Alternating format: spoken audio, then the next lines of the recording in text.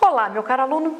Você conhece a distinção entre os termos alistabilidade e elegibilidade?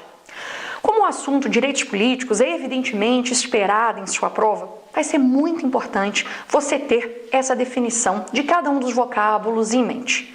Então, para começar, não se esqueça que quando estamos falando de alistabilidade, estamos tratando da chamada capacidade eleitoral ativa, que permite que a pessoa se aliste como eleitor para poder votar. Agora, de outro lado, não se esqueça que existe a chamada capacidade eleitoral passiva.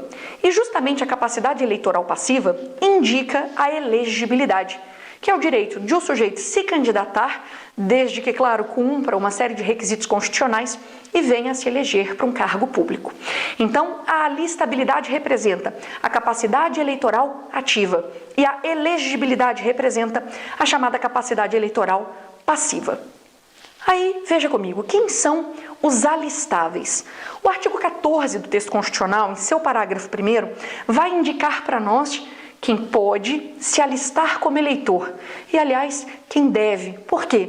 Porque o alistamento e o voto, eles são obrigatórios para alguns e facultativos para outros. Vejamos aqui na tela como essa construção constitucional é feita. Repare, a alistabilidade, então, representa, como já sabemos, a capacidade eleitoral ativa, que indica que o sujeito vai se alistar para poder votar.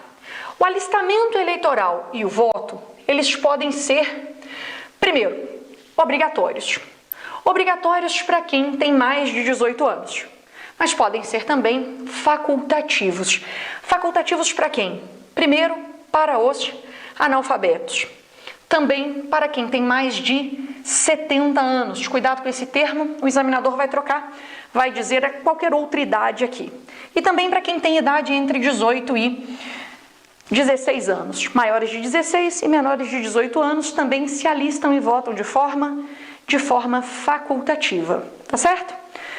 Pois bem, então aqui num resumo, a alistabilidade representa a capacidade eleitoral ativa, o alistamento e o voto podem ser obrigatórios ou facultativos. Não se esqueça da situação, por exemplo, do analfabeto. Analfabeto pode se alistar como eleitor e votar facultativamente. Da mesma forma que as pessoas que têm mais de 70 anos, da mesma forma que as pessoas que têm idade entre 16 e 18 anos. Para todos estes, o alistamento e o voto, eles são facultativos. Agora, quem é alfabetizado, tem mais de 18 anos e menos de 70, tem que se alistar e votar de forma obrigatória. É um dever cívico, é um dever republicano. Agora você me pergunta, professora, já entendi que a alistabilidade representa a capacidade eleitoral ativa, que isso significa a capacidade de o sujeito se alistar como eleitor para poder votar. Já sei que o alistamento e o voto são obrigatórios para alguns, facultativos para outros. Mas o que eu quero saber é se uma proposta de emenda constitucional poderia abolir a obrigatoriedade do alistamento e do voto para alguns e transformar o alistamento e o voto em facultativos para todas as pessoas. Isso seria possível?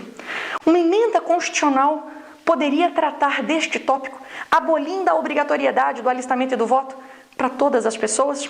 Pois bem, eu vou lhe convidar, para podermos discutir e responder essa questão, a ler comigo o 60 parágrafo 4º, que traz as chamadas cláusulas pétreas, que são pontos centrais, nevrálgicos em nosso ordenamento, que não podem ser objeto de uma proposta de emenda constitucional que seja tendente a aboli-los ou restringi-los. Pois bem, nossas cláusulas pétreas, listadas no parágrafo 4º do artigo 60, nesses 4 incisos, são as seguintes. Para começar, a forma federativa de Estado.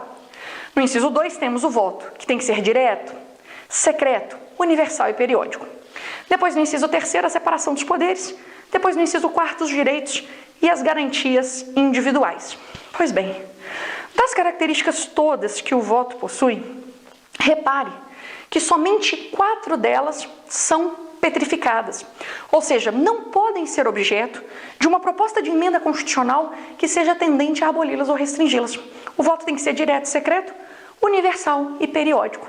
Mas em momento algum, o 60 parágrafo 4º me disse que o voto deveria ser obrigatório para pessoas alfabetizadas com idade entre 18 e 70 anos, o que significa que essa obrigatoriedade para o alistamento e para o voto, para os indivíduos que se enquadram neste cenário, não é característica petrificada do voto. Conclusão: poderia sim uma proposta de emenda constitucional abolir ou restringir a obrigatoriedade do voto. É possível, então, que um dia, num futuro, uma proposta de emenda constitucional torne o voto, e o alistamento, claro, para todas as pessoas, algo facultativo. Tudo bem?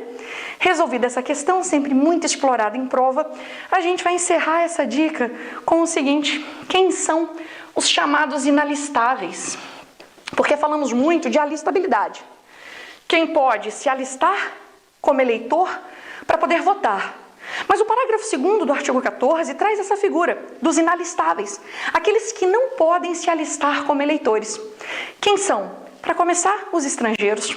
Direitos políticos não são direitos universais, então estrangeiro não se alista como eleitor, estrangeiro não pode votar. Consequentemente, não vai poder se eleger, mas isso vai ser objeto de uma outra dica nossa. Por enquanto, eu quero que você saiba que o estrangeiro não se alista, consequentemente, não pode votar. E também o conscrito, enquanto presta o serviço militar obrigatório, ele também é inalistável. Foi bem até aí? A gente vai se ver numa próxima dica, continuando aqui os nossos estudos para a sua futura prova. Se inscreva em nosso canal do Direção Concursos e não perca nada de novidade aqui no Direito Constitucional. Até a próxima!